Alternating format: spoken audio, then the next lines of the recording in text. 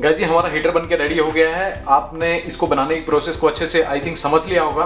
पहले मैंने हीटर की स्प्रिंग इसमें लगाई थी, जो हीटर का एलिमेंट मिलता है नाइक्रोम वायर, वो फ्रेंड्स मैंने इसमें लगाया था। लेकिन आप जैसे इसको कनेक्ट करेंगे तो वो बिना सपोर्ट के वो वायर पिघल जाएगा। दोस्तों पिघल गया था तो मैंने छोटी हीटर की रोड आती है, आप देख सकते हैं, मैंने छोटा पीस इसमें लगाया है। ज़्यादा बड़ा पीस लगाएंगे तो वो ज़्यादा गर्म कर देगा इसको, तो मैंने छोटा पीस उसका लगाया है। हीटर वाली स्प्रिंग वाले वीडियोस आपको यूट्यूब पे बहुत सारे मिलेंगे, लेकिन वो कारगर नहीं है दोस्तों। ये वाला जो पीस मैंने छोटा लगाया है, इसमें मैंने 300 वाट का एलिमेंट लगाया है। आप जितना हैवी लगाएंगे, जितना छोटा करेंगे, उतना वो बर्न होने के चांसेस ज़्यादा रहेंगे।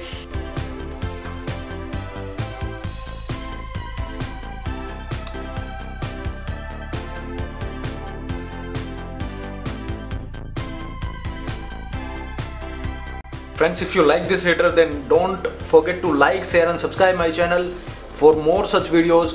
जय हिंद, जय भारत।